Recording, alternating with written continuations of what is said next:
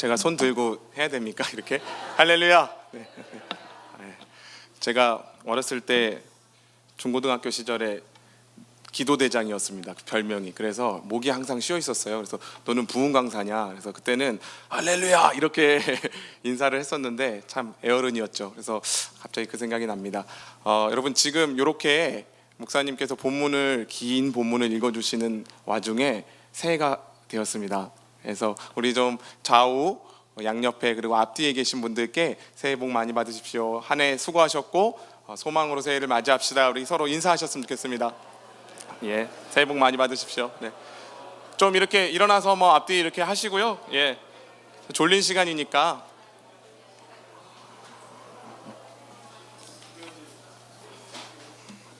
예, 담임 목사님 막 멀리까지 가셔서 인사하시고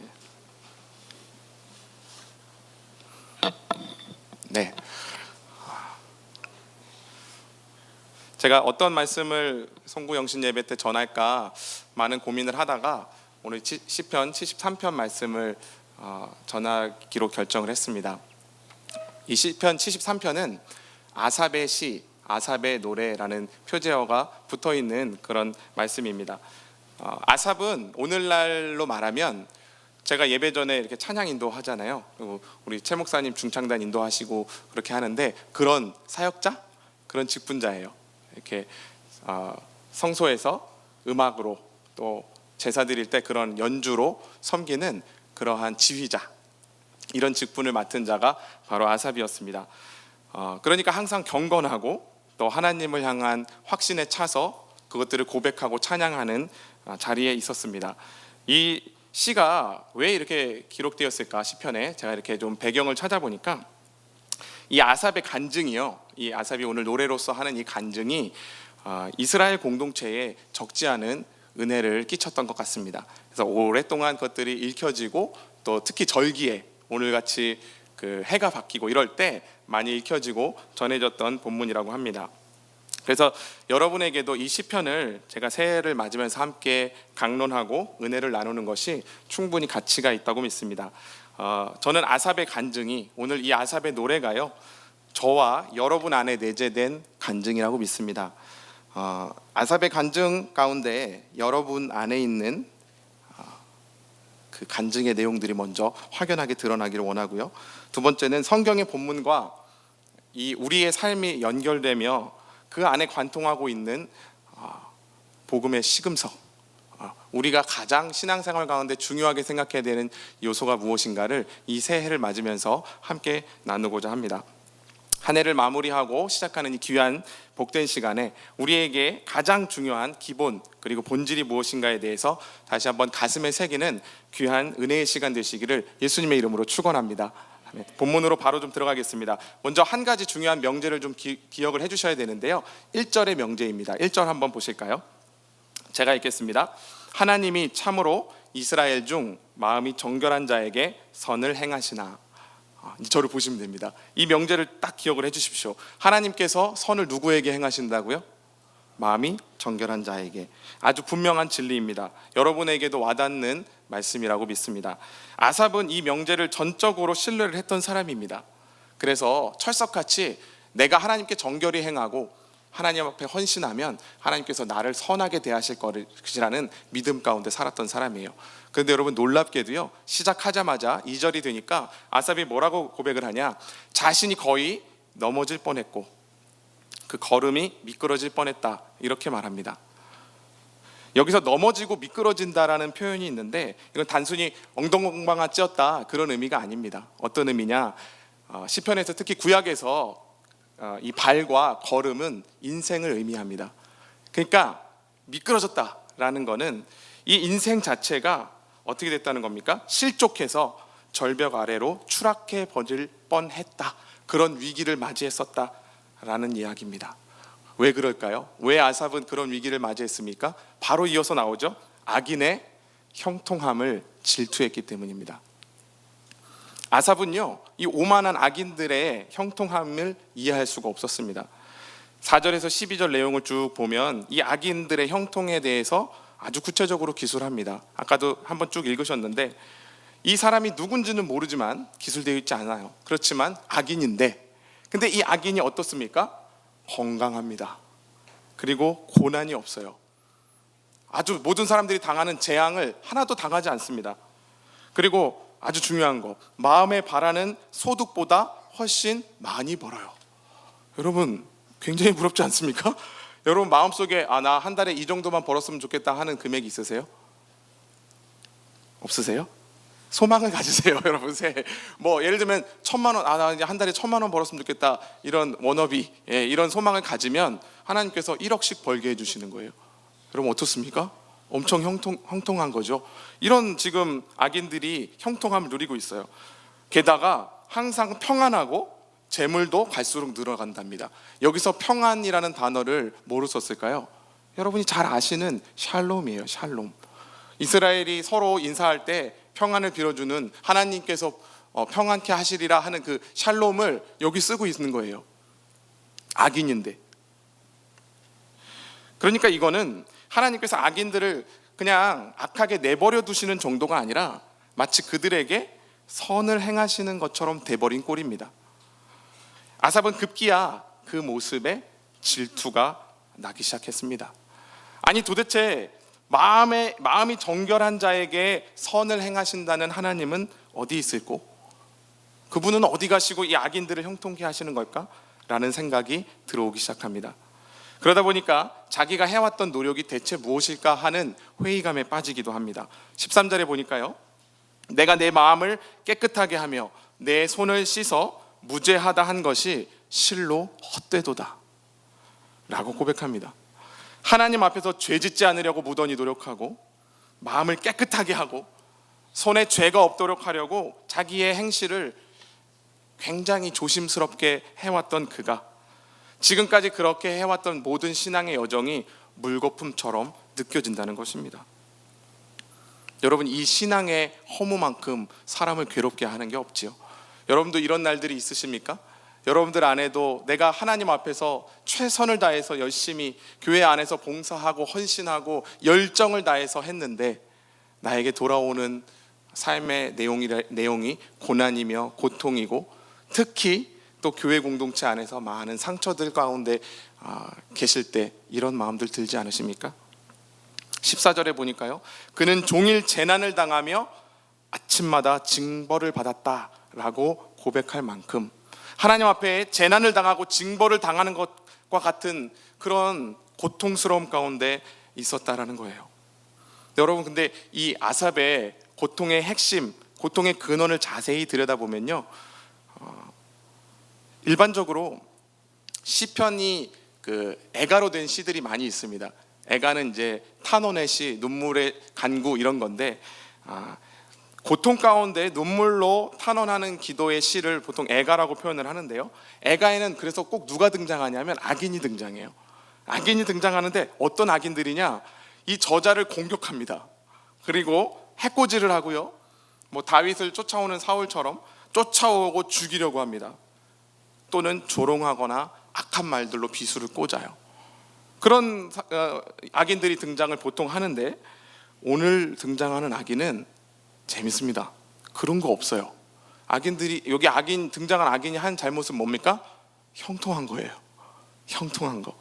그냥 악인인데 형통하다는 거. 그게 지금 본문상으로는 아삽에게 고통스러운 이유가 되고 있는 거예요. 그러니까 아삽의 고통은 사실은 악인 때문에 생긴 것이 아니라 누구 때문에 왔습니까? 하나님 때문에 생겼다고 볼 수 있습니다. 왜 하나님은 나를 이렇게 내버려 두실까? 왜 하나님은 저 악인들은 잘 되게 하시는데 나는 이 모양 이 꼴로 살게 하시는가? 나는 하나님의 뜻대로 살고자 하고 열심히 신앙생활 하는데 왜 나는 형통케 하시지 않는가? 아니, 주님, 나를 그냥 내버려 두시기라도 좀 해주세요. 알 수 없는 고난이나 고통 주시지 말고요. 이런 불평이라는 거죠. 악인에 대한 질투심 이면에 무엇이 숨어 있습니까? 하나님에 대한 서운함이 깊이 배어 있다는 겁니다. 여러분, 질투심이라는 감정이요, 국어사전을 찾아보니까 자기가 가지지 못한 것을 누군가 가지고 있을 때 생기는 감정이라고 해요. 그러니까 인간에게 적당한 질투심은 뭐 얼마든지 수용할 수 있습니다. 그런 마음들이 들 수 있어요.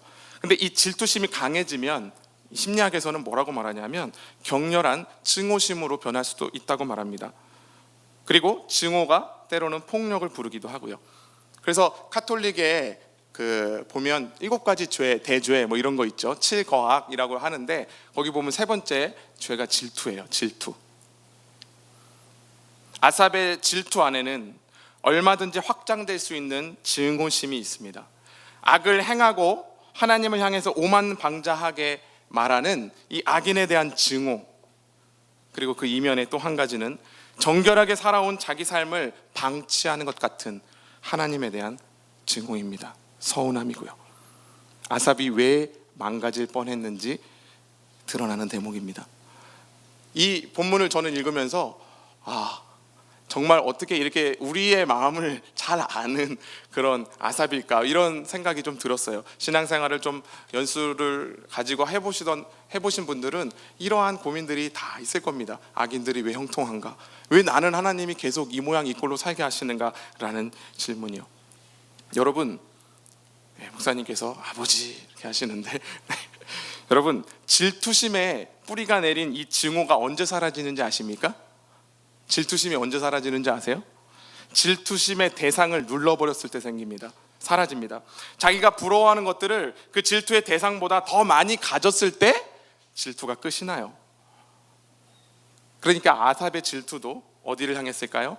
자기 자신도 악인들처럼 되고 싶게 만들었습니다. 부러웠던 거예요. 10절을 한번 보실까요? 이거 같이 한번 읽어보겠습니다. 좀 어려운 구절이기 때문에 같이 읽겠습니다. 시작. 그러므로 그의 백성이 이리로 돌아와서 잔에 가득한 물을 다 마시며. 그럼 저는 이거를 처음에는 무슨 얘기인지 잘 모르겠더라고요. 이 표현이 무슨 말인지. 그래서 좀 이렇게 찾아보니까 이 구절이 난해 구절이더라고요. 개역 성경이 또 뜻을 잘 살려내지 못했다라는 평들이 많고요. 여러 성경학자들이나 주석가들의 이제 의견을 종합을 해보니까 전반부에 그의 백성이 이리로 돌아와서, 이 부분은 어떤 뜻이냐면 하나님의 백성이 다 악인들에게 돌이켜서, 그러니까 하나님의 백성인데 악인들한테 다 홀렸다는 뜻이에요. 다 홀려서. 하반절에 잔에 가득한 물을 다 마시며, 이거는 거의 원문의 의미를 못 살렸는데 이것도 뭐 군켈이나 이런 학자들의 의견을 수렴해 보면 어떤 뜻이냐, 제가 의역을 해보면요, 물을 벌컥벌컥 들이키듯 악인들의 말을 그대로 받아 마신다, 이런 뜻입니다. 그러니까 종합을 해보면 악인들이 형통하고 잘 나가는 것을 보고 질투와 증오를 발판 삼아서 그들처럼 되려고 마음이 쏙 빼앗긴 상태. 그래서 저 사람들이, 악인들이 야 어떻게 하면 형통하냐 하면 이런 얘기들을 목이 말라서 물을 벌컥벌컥 들이키는 것처럼 다 받아들인다라는 뜻입니다. 제가 여기에 딱 맞는 예를 한번 들어볼까요? 제가 예전에 직장 생활을 좀 오랫동안 했습니다. 한 10년 정도 했는데 그럴 때 신학교 나와서 뭘 하겠습니까? 여러분, 밑바닥부터 해야 되기 때문에 영업조직에 몸을 많이 담았었어요. 영업조직을 이렇게 들어가 보면 모든 영업조직이 동일합니다. 영업조직을 끌어가는 핵심 이슈가 뭐냐? 만몬입니다. 만몬. 돈이에요. 어떻게 하면 돈을 벌 수 있는가? 이게 핵심이에요. 자본주의의 아주 총화가 영업조직입니다. 어떻게 하면 돈을 갑자기 많이 벌 수 있는지, 뭐 돈을 많이 번 사람들, 영업의 실적을 많이 내서 업적을 통해서 돈을 많이 번 사람들이 아침 조회 때 막 와요. 그래갖고 강의를 합니다. 어떻게 하냐 하면 이런 얘기들을 하는 거예요. 여러분, 이런 이야기들을 하면 소위 뽐뿌를 넣는 거죠. 근데 뽐뿌를 넣으면 이 뽕이 들어갈까요, 안 들어갈까요? 들어가는 정도가 아니라요, 사람들이 벌컥벌컥 마십니다. 그냥 받아들여요. 스펀지처럼. 저는 인간의 집중력이 그렇게 강력한지를 몰랐습니다. 예전에는 설교 시간에 여러분들의 지금 희말이 없는 눈동자, 이 시간 그런 눈빛이 아니에요. 아주 초롱초롱하고요, 어떻게 하면 돈을 벌 수 있는지 막 메모하고요, 녹음하고요, 다시 복습하고요, 책 읽으라는 거 다 사서 읽고요, 이렇게 합니다. 근데 여러분, 그 사람들이 영업조직을 이끌어갈 때 돈 버는 방법, 성공하는 방법, 이런 거를 그냥 저급하게 대놓고 가르치지 않습니다. 그런 건 하수고요. 어떻게 하냐? 상당히 세련되고 고상한 언어들을 구사합니다. 꿈, 비전, 자아실현, 가족의 어떤 미래, 이런 것들, 이런 관념적인 용어를 사용하면서 그림을 그려줘요. 아주 구체적으로 이 돈을 벌면 어떻게 살 수 있는지, 이런 것들을 가르칩니다. 그래서 어떻게 될까요? 마음속에 돈 벌어야겠다, 나도 저렇게 하면 형통할 수 있겠구나, 내가 이러고 있으면 안 되지, 내가 열심히 해야지, 빨리 나가자, 돈 벌러 나가세, 이렇게 되는 거예요. 동기부여가 팍팍 됩니다. 여러분, 그런 이야기들을 저도 그런 위기들이 많았는데 집중해서 여과 없이 벌컥벌컥 들이키다 보면요, 여차하는 순간 마음이 넘어갑니다. 여러분, 만몬에게 마음을 빼앗기면 주님이 보일까요? 안 보일까요? 안 보입니다.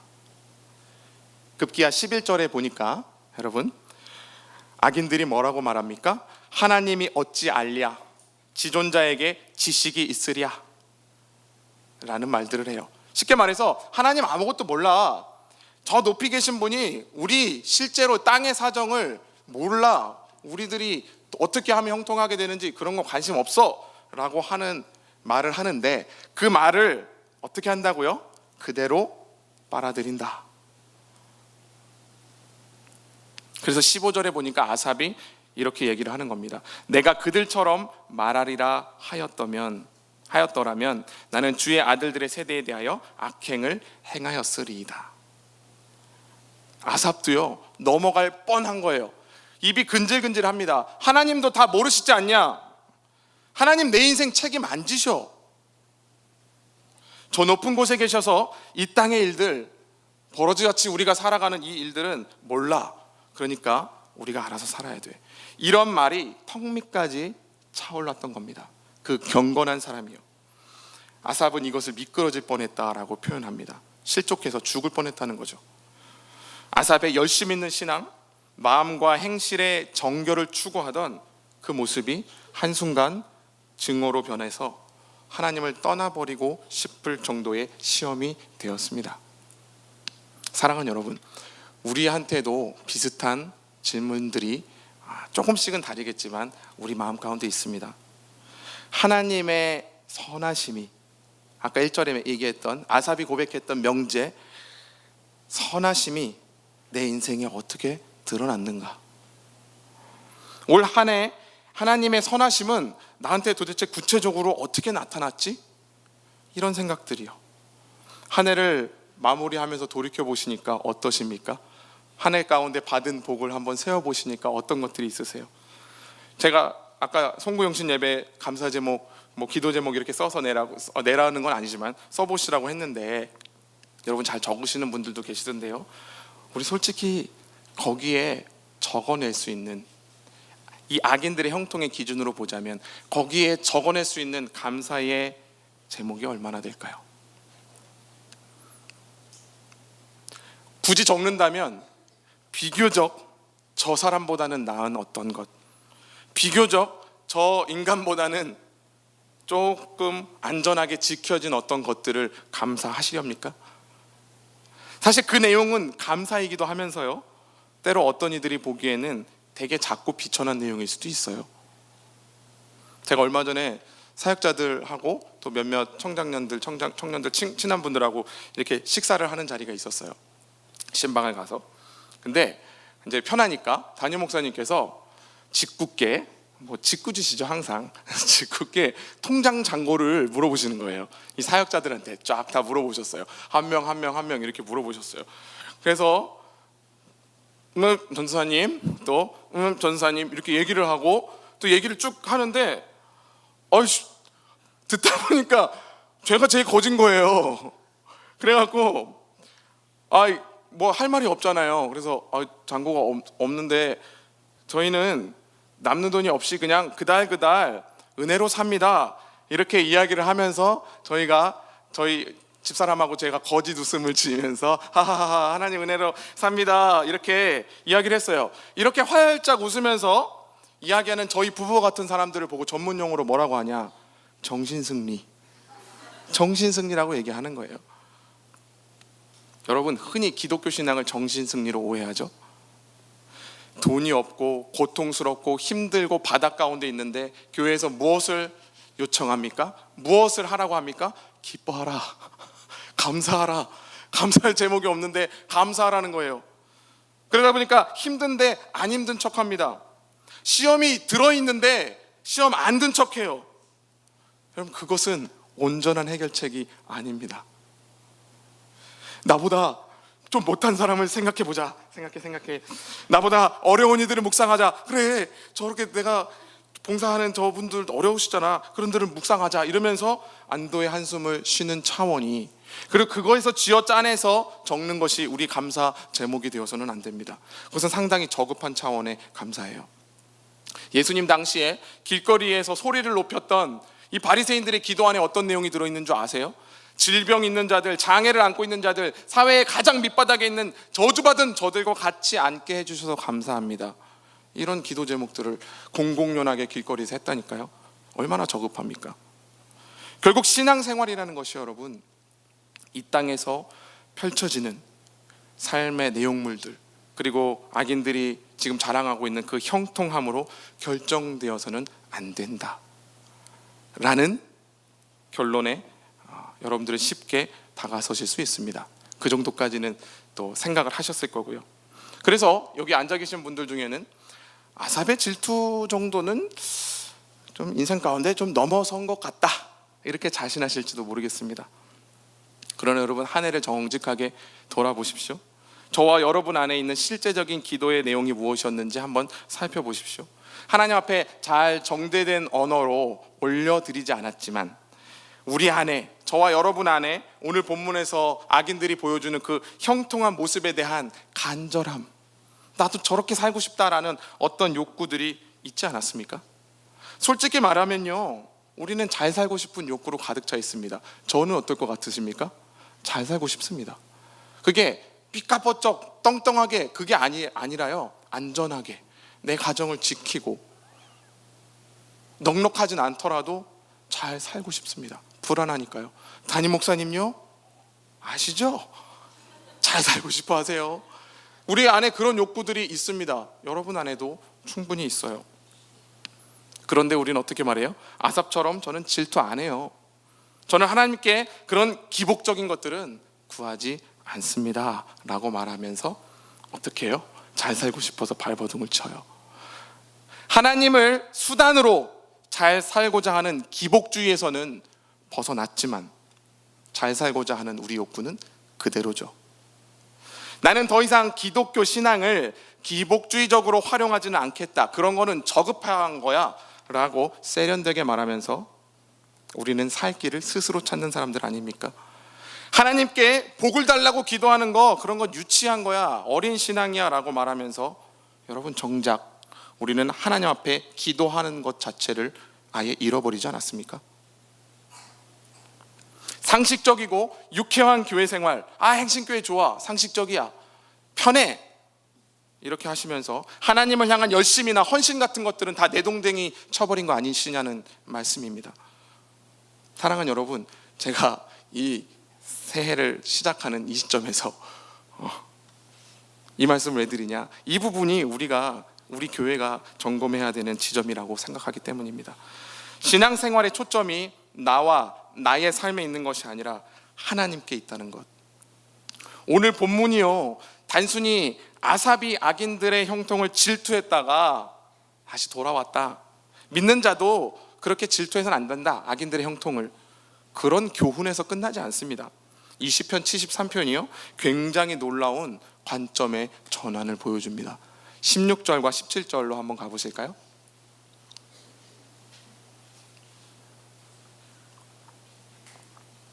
같이 함께 읽겠습니다. 시작.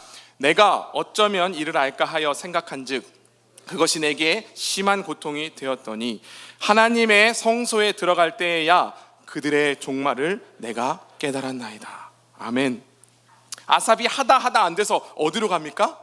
성소로 갔습니다. 성소. 사랑하는 여러분, 하다 안 되시면 어디로 가시라고요? 성소로 가십시오. 하나님께. 이 아삽이 불현듯 깨닫습니다. 악인의 종말이 어떠한지를요. 이전에는 보이지 않았어요.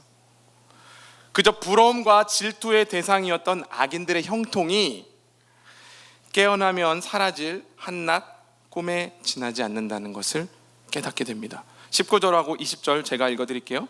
그들이 어찌하여 그리 갑자기 황폐되었는가? 뭘 갑자기예요? 자기가 갑자기 시선이 열렸지. 놀랄 정도로 그들은 전멸하였나이다. 주여, 사람이 깬 후에는 꿈을 무시함같이 주께서 깨신 후에는 그들의 형상을 멸시하리이다. 주님이 깨어나시면 그들은 전멸하고 그들의 형상은 자취도 없이 사라진다 라는 걸 깨달은 거예요. 아삽에게 어떻게 이러한 인식의 전환이 일어났을까요? 여러분, 성소에 들어갔다는 게 어떤 의미일까요? 교회에 와서 기도했다 뭐 이런 의미일까요? 아닙니다. 하나님의 임재를 말합니다. 아삽은 이전에 자기의 처지에 대해서, 자기 고통에 대해서 자기가 아는 지식, 자기가 아는 신앙으로 해석해 보려고 안간힘을 썼습니다. 그는 어떻게 하면 이 문제를 풀까 생각을 하고 골똘히 고민했지만 도리어 그것이 고통이 되었어요. 욥하고 세 친구들 보십시오. 욥에게 일어난 일을 설명하려고 이 친구들이 와갖고 달라붙죠. 안간힘을 씁니다. 자기의 신학, 자기의 철학, 자기의 경험 가지고 막 갑론을박을 해요. 그런데 더 미궁에 빠져듭니다. 21절처럼 내 마음이 산란하며 내 양심이 찔렸나이다. 마음이 혼란스러워서 심장과 폐부가 다 찢어지는 것 같다. 그러나 그가 성소에 들어갔을 때, 그리고 욥 앞에 하나님이 나타나셨을 때, 하나님의 임재가 있었을 때 문제가 해결되더라는 겁니다.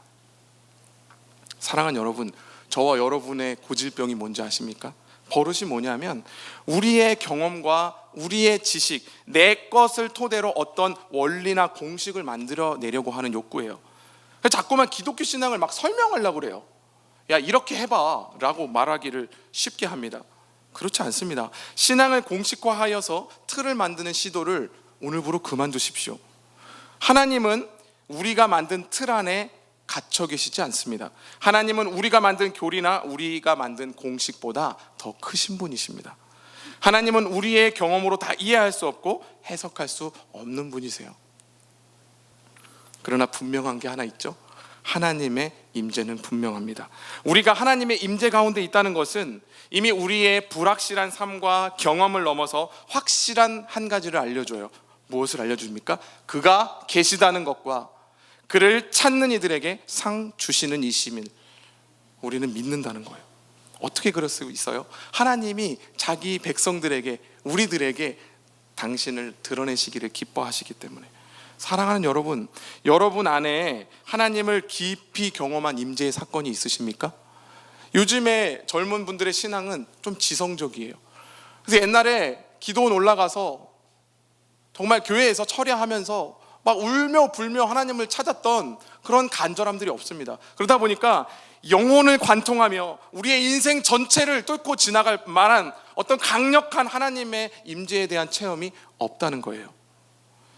하나님의 임재 없이 살아가는 것보다 더 심각한 문제는 없습니다. 출애굽기 33장에 보면 모세에게 하나님께서 이렇게 지시하세요. 이제 가나안에 들어가고자 하는 그때인데, 너는 백성들을 데리고 내가 아브라함과 이삭과 야곱에게 맹세하여 주기로 한 약속한 땅으로 올라가라. 내가 천사를 먼저 보내서 너희를 인도하게 하겠다. 그가 아모리 사람, 헷 사람, 브리스 사람, 히위 사람, 여부스 사람을 쫓아내고 너희를 젖과 꿀이 흐르는 땅에 이르게 하겠다. 그러나 나는 너희와 함께 올라가지 않는다. 왜? 너희는 목이 곧은 백성이라서 내가 너희를 다 죽일까 두려워서. 그랬더니 모세가 뭐라고 하는 줄 아세요? 그리고 백성들이 하나님 앞에 땡깡을 놓는 거예요. 주께서 친히 가지 아니하시려거든 우리를 이곳에 올려보내지 마옵소서. 쉽게 말하면 주님 안 가시면 우리도 안 가요. 주님 없으면 나 안 가요. 주님이 없으면 나는 아무것도 아니에요 라는 고백입니다. 이것이 우리가 깨달아야 하는 아주 위대한 진리입니다. 하나님이 함께하지 않으시면 어떠한 은총도 어떠한 형통도 모두 헛된 것임을 깨닫는 것입니다. 가나안이 무슨 소용이고 젖과 꿀이 무슨 소용이며 우리가 그 땅을 차지하는 것이 무슨 소용입니까? 당신이 우리와 함께하지 않으시면 이 모든 것이 도대체 무슨 소용입니까? 라는 이 백성들의 고백이 우리의 고백이 되어야 합니다. 백성들은 하나님의 임재하심과 그와의 교제와 그분과의 동행하는 것 자체만으로도 세상 무엇보다 가장 많은 것을 얻은 자들처럼 인식했다는 겁니다. 오늘날 우리는 어떻습니까? 우리 교회는요? 오늘날의 교회는 어떻습니까? 우리는 적들을 다 이기고 가나안의 많은 적들을 다 회파하고 성공적으로 가나안에 입성할 수도 있습니다. 하나님의 임재에 관한 이 깨달음이 없이도요. 천사들이 앞서갈 것이고요, 우리를 적과 꿀이 흐르는 땅으로 인도해 줄 것입니다. 어떻습니까? 그렇게 되면요, 모든 게 다 괜찮아 보입니다. 좋아 보여. 그러나 여기에 응답하는 섬뜩한 말씀이 있습니다. 시편 106편 5절에 그러므로 여호와께서는 그들이 요구한 것을 그들에게 주셨을지라도 그들의 영혼은 쇠약하게 하셨도다. 여러분, 두려운 말씀입니다. 사랑하는 여러분, 우리는 얼마든지 표면적으로 풍요롭고 번창할 수 있어요. 교회가요, 소위 말하면 잘 나갈 수 있습니다. 우리 교회요, 핫한 교회입니다. 지금 모든 사역자들이 주목하고 있고요, 가장 빠른 시간 안에 개척교회에서 이렇게 성장하는 교회로 주목받고 있어요. 침례 교단뿐만이 아니라 뭐 장로교 어디 또 목사님 셀럽이시잖아요. 엄청 유명합니다. 멋지고 훌륭한 사람들이 오고요, 재정적으로 안정을 추구하게 되고요, 건물도 생길 수 있고요, 좋은 사업들도 펼칩니다. 모든 것이 다 잘 될 수 있어요. 그러나 제가 던지고 싶은 가장 중요한 질문은 이것입니다. 하나님께서 거기 계시냐는 거예요. 참으로 하나님께서 우리 가운데 임재해 계신가? 사랑하는 여러분, 우리는 과연 충분하게 그분의 영광스러운 임재를 인식하면서 살아갑니까? 이게 출애굽하던 백성들의 질문이고 오늘 아삽의 질문이에요. 그들이 말하는 거예요. 가나안은 우리에게 아무 소용없습니다. 적과 꿀이 흐르는 땅은 아무 가치 없습니다. 악인들이 누리는 형통에는 관심이 없어요. 우리는 당신을 원합니다. 저는 오늘 이 밤에요, 새해를 맞이하면서 여러분 한 해 괜찮은 삶 잘 살아오셨습니까? 새해를 신앙으로 어떻게 설계하셔야 되냐면요, 이런 얘기를 하고 싶은 게 아니에요. 여러분이 행복한지 묻고 싶은 게 아닙니다. 심지어 여러분이 성경을 얼마큼 읽는지, 기도 생활을 어떻게 하는지, 교회 일을 열심히 하는지, 그런 것들 묻는 게 아닙니다. 제가 묻고 싶은 것은 무엇이냐면 이것입니다. 하나님을 아십니까? 하나님께서 당신과 과연 함께 하십니까? 하나님께서 당신의 삶의 정중앙에 위치하십니까? 사랑하는 여러분, 아삽의 관점이요, 완전히 새롭게 변해됐습니다. 형통함과 형통치 못함이라는 자기 안에 이 갇혀있는 구조에서 이제 어떻게 변했어요? 하나님 있음과 하나님 없음으로 변했습니다. 악인들은 멸망하죠. 왜요? 그들에게는 하나님이 없기 때문에. 이 놀랍고 간단한 사실이 아삽의 눈에 보인 거예요. 그들에게는 재물이 있습니다. 건강이 있어요. 교만할 만한 높은 자리가 있습니다. 그러나 하나님이 없습니다. 그래서 그들은 멸망합니다. 마치 꿈을 꾸고 일어나면 현실에서는 그 꿈을 다 우리가 무시하고 사는 것처럼 주님께서 깨신 후에 악인들의 형통은 아무것도 아니며 주님은 그들을 멸시해 버리신다라는 것을 깨달은 거예요. 아삽에게는, 그리고 우리에겐 누가 계십니까? 하나님이 계십니다. 아멘이십니까? 안 계세요, 하나님이? 다시 한번, 아삽에게, 그리고 우리에게는 하나님이 계십니다. 아멘. 22절하고 23절 한번 보십시오. 전 이 구절이 이 시편에서 가장 감동적인 구절이라고 믿습니다. 같이 읽어보겠습니다. 시작. 내가 이같이 우매 무지함으로 주 앞에 짐승이오나 내가 항상 주와 함께하니 주께서 내 오른손을 붙드셨나이다. 아멘. 아삽이 자기가 이렇게 우매하고 무지해서 마치 하나님 앞에 한 마리 짐승처럼 있을 때에도 뭐라고 합니까? 내가 항상 주와 함께하니, 무지하고 바보 같고 잘 몰라도 내가 항상 주와 함께하니라고 말하는 거예요.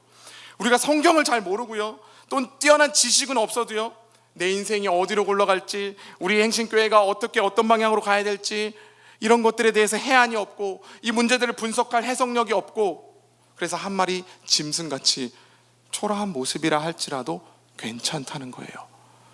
주와 함께 있다면 하나님께서 우리의 오른손을 붙드신다는 겁니다. 내가 주와 함께 있고자 달려나간다면 주님은 우리를 절대 외면치 않으시고 우리의 손을 붙잡아 주실 것입니다. 아삽의 관점이 변화되고 난 후에 어떻게 고백하는지 한번 읽어보겠습니다. 설명이 별로 필요 없어요. 24절부터 마지막 28절까지 함께 읽어보겠습니다. 큰 소리로 읽어보겠습니다. 시작.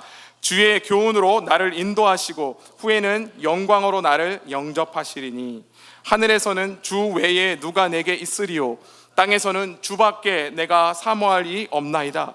내 육체와 마음은 쇠약하나 하나님은 내 마음의 반석이시요 영원한 분기시라. 무릇 주를 멀리하는 자는 망하리니 음녀같이 주를 떠난 자를 주께서 다 멸하셨나이다. 하나님께 가까이 함이 내게 복이라. 내가 주 여호와를 나의 피난처로 삼아 주의 모든 행적을 전파하리이다. 아멘. 악인의 형통을 질투해서 넘어질 뻔한, 죽을 뻔한 아삽이 이제는 주밖에는 사모할 이가 없다, 이렇게 고백합니다. 여러분, 이것이 하나님께서 우리 전 인생을 통해서 하시는 일이에요. 우리의 모든 신앙의 여정을 통해서 하나님이 이 고백을 토해내게 하십니다. 해가 거듭할수록, 신앙의 연수가 찰수록 하나님을 향한 사모함이 커지는 것, 주밖에는 없구나라는 것 깨닫는 것, 이것이 우리가 기도해야 할 궁극적인 기도의 내용인 줄로 믿습니다. 사랑하는 여러분, 하나님께 가까이 함이 저와 여러분에게 가장 큰 복임을 믿으십니까? 처음에 드렸던 질문 한번 드려볼게요. 하나님의 선하심은 우리 인생에 어떻게 드러나는가? 하나님의 선하심이란 무엇일까요? 하나님 자신입니다. 사랑하는 여러분, 하나님의 임재 가운데 있기를 애쓰십시오. 어떤 상황에도 주와 함께 하기를 애쓰십시오. 우리에게 어떤 고통이나 어떤 고난이나 어떤 우리가 상상도 하지 못할, 이런 좀 약간 저주인가요? 2020년도에 상상도 못할 어떤 아픔이나 고통이나 어려움이 찾아오더라도 여러분, 우리가 하나님의 손을 붙잡는 일을 포기하지 마셔야 합니다. 아멘이십니까? 그것이 우리의 복이에요. 사랑하는 여러분, 저는 이 본문을, 이 말씀을 토대로 우리 공동체에 주시는 귀한 하나님의 음성이 반드시 있다고 믿습니다. 한 해가 저물었고요. 얼마 전에 4주년을 맞았습니다. 이 시점에서 우리 행신 공동체는 어디로 가야 할까요? 어디를 향해야 할까요? 오늘 본문을 토대로 말씀을 드리자면, 첫 번째는요, 우리 함께 따라하면서 인사했으면 좋겠습니다. 첫째, 하나님께 가까이 하십시오. 우리 옆에도 한번 인사해 보실까요? 하나님께 가까이 하십시오. 네, 여러분, 우리 교회의 구성원이요 상당히 다양합니다. 침례교회가 아니에요. 여기 침례교회 출신은 담임 목사님하고요, 박동훈 장로님하고요, 몇 분 안 계세요. 감리교 출신, 장로교 출신, 오늘 기도하신 정경원 장로님 감리교 출신. 감리교 출신이 지금 세력을 잡고 있어요. 공통점이 있습니다. 이 다양한 곳에서 모이신 이 분들이 하는 말이 하나 있습니다. 공통점 다 다르지만 한 가지, 뭔지 아십니까? 내가 다 해봤어, 이거예요. 네, 많이들 해보셨죠? 인정합니다. 그 과정, 그 열심, 그리고 그 속에서 분투하셨던 신앙 모두 다 인정합니다. 그 와중에 많은 상처와 아픔들도 있으시다는 거 저희 목회자들이 너무 잘 압니다. 그래서 여러분, 혹여 여러분 안에 이런 마음이 있을 수 있을 것 같아요. 나 이제 교회에 마음 별로 안 두고 싶어. 목사들 안 믿을래. 좀 믿어주세요. 열심히 해봤는데 소용없어. 나 좀 자유하고 싶어. 이런 마음 있으십니까? 어차피 그래, 오늘 목사님 말씀처럼 의인이 복받고 악인이 벌받는 것도 아니라는 구조 잘 알아. 하나님 말씀대로 열심히 살아도 별 볼 일 없이 죽을 수 있다는 거 너무 잘 알아. 좋습니다. 거기까지도 훌륭하세요. 그런데 그 와중에요, 여러분, 저와 여러분 안에 어느새, 그리고 우리 행신 공동체 안에 그러한 우리의 마음 가운데 어느새 하나님이 사라지고 없다면 그것은 너무 비참한 일입니다. 저와 여러분이 지금까지 배워왔던 신앙이 맞고 틀리건 간에, 지금까지 해왔던 헌신과 교회를 향한 애정이 물거품이 되든 간에, 우리가 하나님께 멀찌감치 떠나 있다면 그것처럼 슬픈 현실이 없습니다. 사랑하는 여러분, 하나님께 가까이 하십시오. 새해를 맞이하면서 여러분 안에 이 말씀이 새겨지기를 원합니다. 하나님께 가까이 함이 내게 복이라. 그 어떤 중요한 계획보다 저와 여러분이 우선해야 될 것이 뭐냐, 내가 어떻게 하면 하나님께 가까이 할까에 대한 골똘한 고민이기를 예수님의 이름으로 축원합니다. 하나님 말씀을 가까이 하시고요, 기도 생활에 힘쓰시고요, 경건을 위해서 노력하는 그런 기본기들을, 아주 기초적인 것들을 다시 점검하십시오. 내일도 수요 예배를 하지 않습니까, 여러분? 안 웃기세요? 수요 예배 다 나오셔야 돼요. 단순히 여러분 종교적인 열심이 아니라 교회 자주 오시라는 말씀이 아니에요. 하나님 자체를 추구하는 그 신앙, 하나님을 아는 지식을 향해서 나아가는 그 평생의 과업에 다시 매진하시라는 겁니다. 아멘이십니까? 두 번째는요, 한번 따라해 보겠습니다. 교회를 가까이 하십시오. 교회 방금 나오지만 교회 나오라는 거 아니라고 해놓고 두 번째가 교회를 가까이 하십시오예요. 여러분, 오늘 이 하나님께 가까이 함이 내게 복이라 라는 이 말씀을요, 주석가들이 주석할 때 뭐라고 얘기하냐면, 이 안에는 다분히 공동체적인 의미가 들어있다는 거예요. 이스라엘에게 있어서 하나님께 가까이 하는 일은요, 신앙 공동체 안에 깊이 들어가는 일이었습니다. 교회를 가까이 하라는 말씀이 단순히 예배 자주 나오십시오, 모임 빠지지 마십시오, 헌금 생활 잘하십시오, 이런 게 아니에요. 하나님의 임재를 경험한 이들, 하나님을 가까이 하는 이들이 교회의 주인이라는 뜻입니다. 사랑하는 여러분, 제가 올 한 해 이제 작년이 됐죠. 2019년도를 쭉 생각해 보면서 사역자로서 굉장히 감사했던 일들이 있어요. 그럼 뭐냐 하면, 교회에 애정을 가지고 막 교회의 헌신과 사랑과 이런 것들로 분연히 일어나신 분들이 꽤 많으셨다는 거예요. 어떻게 보면서 굉장히 첫 번째는 감사했습니다. 두 번째는요, 여러분, 아까 제가 말씀드렸지만 우리 교회가 핫하다고 했잖아요. 사역자들이 막 10명, 20명 줄 서 있어요. 우리 교회에서 사역하고 싶어서. 그런 교회에 있는 부목사니까 얼마나 부심이 막 이렇게 있겠습니까? 나의 행신침례교회 김관성 목사님 알아? 사람들한테 관계를 하는 방법이 그런 거예요. 나보다 위에 유명한 사람을 됨으로써 나의 권위를 신장시키는 이런 악한 방법. 그런 마음들이 분명히 있죠. 그런 뽕이 있습니다. 근데요, 제가 곰곰이 생각해 보니까 한 해 가운데 제 안에 가장 기쁨이 됐던 순간이 뭐냐, 그거는 교회가 막 든든히 서고 커지고 성도들이 시스템이 갖춰지고 뭔가 교회가 이제 뭐 좀 이렇게 막 나갈 것 같은 그런 거가 아니었어요. 그런 거는 하나도 제 마음에 기쁨이 안 됐습니다. 어떤 게 가장 큰 기쁨이었냐, 인생의 가장 힘든 굴곡에서 가장 어려움을 겪고 있는 그 수렁에서 있는 분이 이 공동체를 찾아오셔서 저희 목회자들과 여러분들을 통해서 그 한 사람이 다시 살아갈 힘을 얻고, 나 다시 이 교회에서 사랑받았으니까 다시 살아볼래요 목사님, 이런 얘기를 들을 때예요.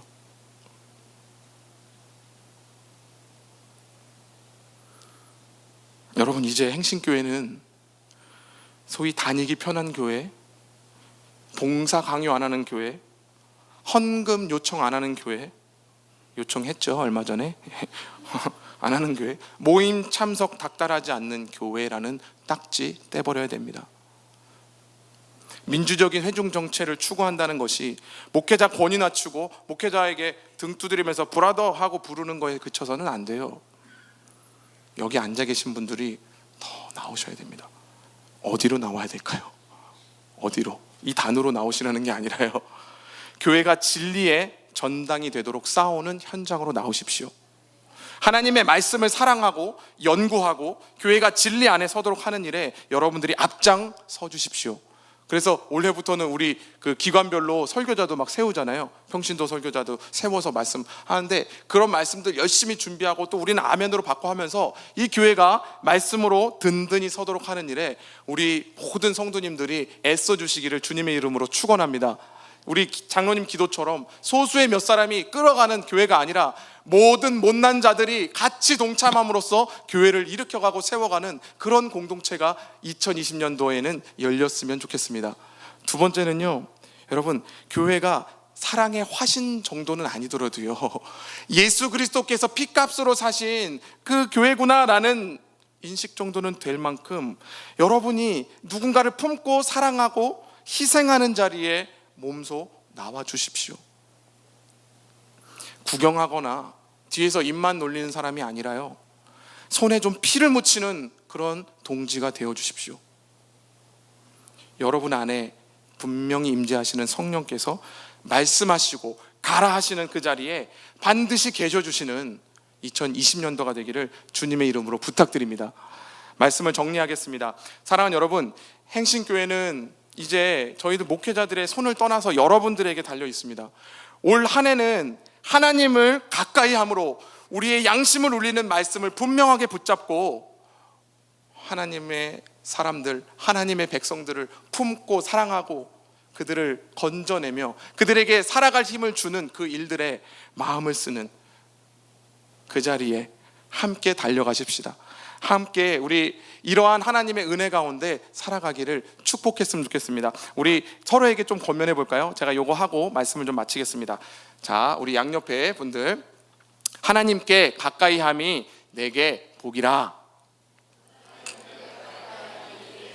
예, 내게 복이라 했으니까 하나님께 가까이 함이 당신에게 복입니다. 마지막, 하나님께 가까이 함이 교회의 복입니다. 아멘. 기도하겠습니다. 하나님, 감사합니다. 우리가 또 새로운 해를 맞이했습니다. 주님, 우리 공동체가 함께 주님의 말씀을 듣고 결단합니다. 하나님, 올 한 해가 하나님께 더 가까이 가는, 하나님의 임재 가운데 거하는 우리 행신 공동체의 모든 교우들이 될 수 있도록 주여 인도하여 주옵소서. 하나님, 그리하여서 우리가 하나님께 가까이 함으로 우리의 옆에 있는 이웃들, 아파하는 이들, 그들의 손을 붙잡고 내 삶이 좀 헐어지더라도, 내 주머니가 좀 털리더라도, 내 삶이 좀 피폐해지더라도 이웃을 향해 열심으로 또 기쁨으로 달려나가는 우리 행신 공동체의 모든 권속들 될 수 있도록 주님께서 함께하여 주옵소서. 감사를 드리며 예수님의 이름으로 기도하였습니다. 아멘.